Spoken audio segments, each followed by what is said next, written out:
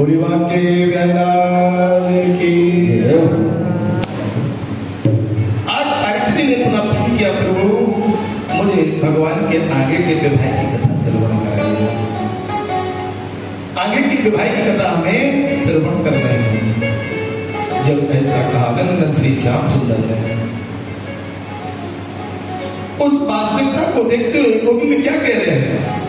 आज के एक मित्र जिनका नाम राजा सत्राजित, और सत्राजित जी के पास में स्वयं मणि नामा स्वयं उद्यम तत्वाना।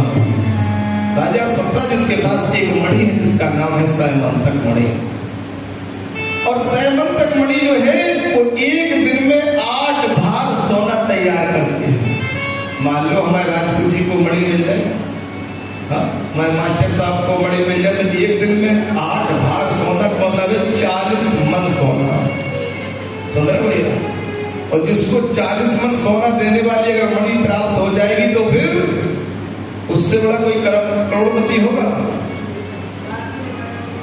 आज इसमें राजा सत्राजित के पास वो मणि, एक दिन कन्हैया ने कहा मित्र इस मणि को मुझे दे दो। लेकिन सत्राजित ने वो मणि कन्हैया को, कन्हैया बोले हमारे पास तो कोस तो मणि है गले में, तो हमें जरूरत क्या, लेकिन मैंने तो मांगी थी मित्रता के बस। हम तो देख रहे थे कि मित्रता पे हमारा भरोसा है या नहीं है। जब राजा सत्राजित से सका सत्राजित ने मना कर दिया, एक दिन राजा सत्राजित का छोटा भाई प्रसैन, और प्रसैन आखेट खेलने के लिए गया। और जब आखेट खेलने के लिए प्रसैन गया तो प्रसैन उस मणि को साथ में लेकर के चला गया। और जैसे मणि लेकर के गया और जंगल में जाकर के एक सिंह ने प्रसैन का वध कर दिया, मार दिया। जब प्रसैन को सिंह ने मार दिया, उस मणि को लिया और प्रसैन जंगल में चला गया। जंगल का राजा कौन है? सिंह है, शेर है। जंगल में सिंह उस मणि को लेगा, मणि की चमक को देकर के वही जाम मंत्री जी, जाम मंत्र मंत्री अति बूढ़ा, वही जाम मंत्री जी रीछ के रूप में भटक रहे थे जंगल में। इसी उस मणि को देखा, ये तो गोविंद की मणि है। जाम मंत्री जी ने जाकर के उस मणि को छीन लिया और सिंह का वध कर दिया। जब सिंह का वध किया, उस मणि को लेकर के अपनी गुफा में चले गए। और जाम मंत्री जी की एक पुत्री जिसका नाम है जामवंती, जामवंती को वो मणि दी। जामवंती मणि से खेले, लेकिन जामवंती को मणि का महत्व पता नहीं। इधर तो राजा सत्राजित ने कन्हैया को चोरी लगा दी, कलंक लगा दिया कि मेरे मित्र श्याम सुंदर ने मेरे भाई का वध करके उस मणि को आसीतम राज सत्राजितम सूर्य भक्त से परम सकः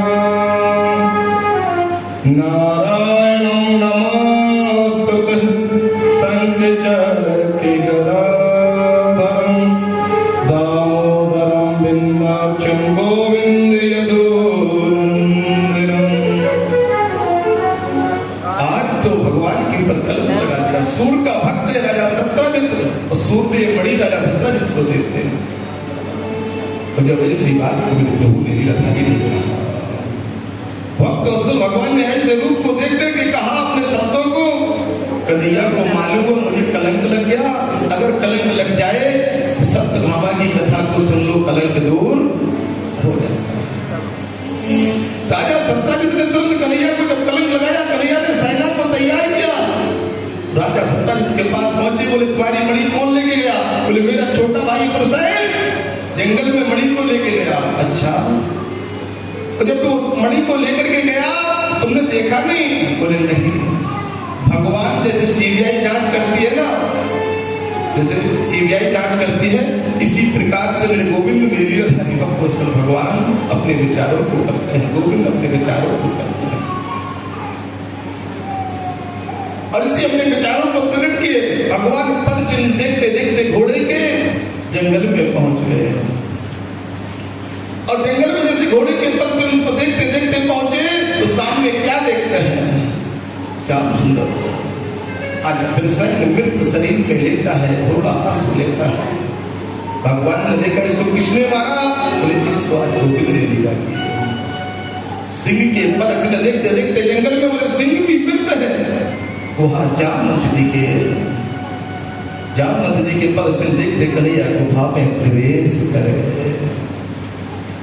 और इसी गुफा में प्रवेश किए गोविंद, गुफा में प्रवेश करने पर तुरंत क्या देखा कि जामवंती ने आवाज लगाई, पिताजी कोई गुफा में आ गया है। और इसी आवाज लगाई जामवंती ने कि मेरे पिताजी गुफा में कोई आ गया है। जामवंत जी दौड़ करके आए, भगवान ने उस मणि को अपनी पीतांबरी में रख लिया, अपने दुपट्टे में रख लिया। लेकिन जामवंती ने नहीं कुछ सोचा, ना बेचारा और युद्ध करना प्रारंभ कर दिया। जय हो राधे राधे। जैसे जामवंती ने युद्ध किया, इतना युद्ध किया, भगवान युद्ध कर रहे हैं बड़े प्रेम के साथ जामवंती से। भगवान ने देखा अब तो जामवंत जी, जब लंका पर विजय प्राप्त करने के लिए राम जी युद्ध कर रहे थे तो जामवंत जी युद्ध किसी से कर नहीं पाए। जामवंत जी के हाथों में जो बल था वो किसी से युद्ध नहीं कर पाया, तो कोमल रहा था। भगवान बोले आप तुम्हारे साथ युद्ध करके तुम्हें पराजित करेंगे। आज परमात्मा ने ऐसी छलांग लगाई और भगवान को पराजित कर दिया। और इसी पराजित किया, जामवंत समझ गए नारायण के अलावा मुझे कोई पराजित नहीं कर सकता। कि नारायण नमोस्तुते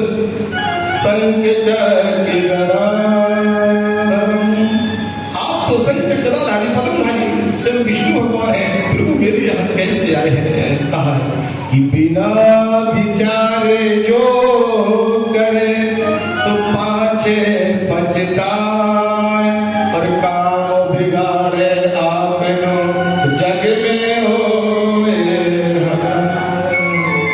आज बिना विचारे युद्ध कर दिया, आज तो भगवान ने पराजित कर दिया। तो जामवंत जी बोले आप कौन है? बोले हम वही हैं जैसे तुलसीदास जी के सामने कन्हैया जाती थे। किते मुरली किते चंद्रिका किते गोपिन को साथ, और अपने जन के कार्य सुकृष्ण भये रघुनाथ। अपने जन के कार्य कृष्ण भये रघुनाथ। आज भगवान ने राम के दर्शन कर दिए। बोले राघवेंद्र सरकार की आज से दर्शन हुए। दर्शन करने के बाद जामवंत जी ने कहा प्रभु अब तो आपको मेरे पश्चाताप में मेरी पुत्री को वरण करना होगा, मेरी पुत्री को वरण करना होगा। जब ऐसा कहा, जामवंत जी के साथ में कन्हैया का विवाह हो गया। दहेज में वो मणि, आजकल का दहेज देगा कोई मारुति मांगत, कोई एम्बेसडर मांगत, कोई नकदी बुलेट मांगत। बोलो राधे राधे। पंडित जी हमारे कह रहे महाराज हम 10 लाख ले तब गाँव कर आज खाना नहीं कॉलेज जाओगे चक्कर महान है खाए ऊपर बने ऐसे अच्छे लगे मंद मंद मुस्कुरा नहीं। ऐसे हौसे फूले हम प्रेम और होते हम तुलसी गाय बजाए के देव काट में। आज भगवान का दूसरा भाग जामवंती से लौट करके आए। उस मुनि को राजा सत्राजित को दान में सत्राजित लज्जित हो गया, प्रभु मुझे पता नहीं था कि मेरे भाई को किसने मारा है, मुझे क्षमा करो। त्राई बाप सम्मान करता है। जब बार बार क्षमा प्राप्त न मांगी तो भगवान ने कहा ठीक है हमने क्षमा किया। तो आज सत्यभामा जो पृथ्वी का रूप है, सत्यभामा कौन है? पृथ्वी का रूप है। और उस सत्यभामा से भगवान ने विवाह किया। विवाह करने को राजा सत्राजित ने भी दहेज की वो मणि फिर दे दी। भगवान ने कहा अब तो मणि हमारी हो गई, 2 जगह से सत्यभामा को लेकर के कन्हैया आ रहे हैं और रथ में जामवंती जी बैठी। और रीछ की पुत्री कितनी सुंदर होगी। जामवंती जी सुंदर नहीं थी। भगवान बोले सत्यभामा स्वयं पृथ्वी है, ये तो सुंदर सुशील स्वभाव की है। भगवान ने कहा सत्यभामा तो पूछ रही है कौन बैठी है? ये बहुत सुशील स्वभाव की सुंदर स्त्री है, ये मेरी द्वितीय अर्धांगिनी बैठी है। सत्यभामा बोले हमसे भी ज्यादा सुंदर। भगवान बोले और का है मौत बुरी लेकिन अच्छी, जो एक बार ही आती है। मौत से 100 गुनी बुरी दिन रात हृदय को। ऐसा कहे मेरी सौत बोले और क्या। सत्यभामा को गुस्सा आया और हाथ में नीर लिया और भगवान के चरणों पर छोड़ दिया। अगर भगवान मैं तुम्हारी अर्धांगिनी हूं सुंदर हमें उतनी सुंदर जामवंती हो जाए। और जैसे ऐसा कहा लीलाधारी ने, तुरंत भगवान ने कहा अब हमारा काम बन गया। हम तो यही चाहते थे क्योंकि जामवंती सुंदर नहीं लेकिन अपने जैसी बना ली, अब तो बहुत अच्छी बात है। बैठा था रथ पे और चल दिए। और जैसे रास्ते में चले आ रहे हैं तो आज हमारे अर्जुन आर्यपुत्र कालिंदी को लेकर के खड़े और कालिंदी जयमाला को हाथ में लिए खड़ी है। जैसे जयमाला को लेकर के हाथ में खड़ी, भगवान रथ में चले आ रहे। अर्जुन ने रथ को रोक दिया। कालिंदी वसामि यमुना जले निर्मते भवने पिता यावदाच्युतदर्शनम्।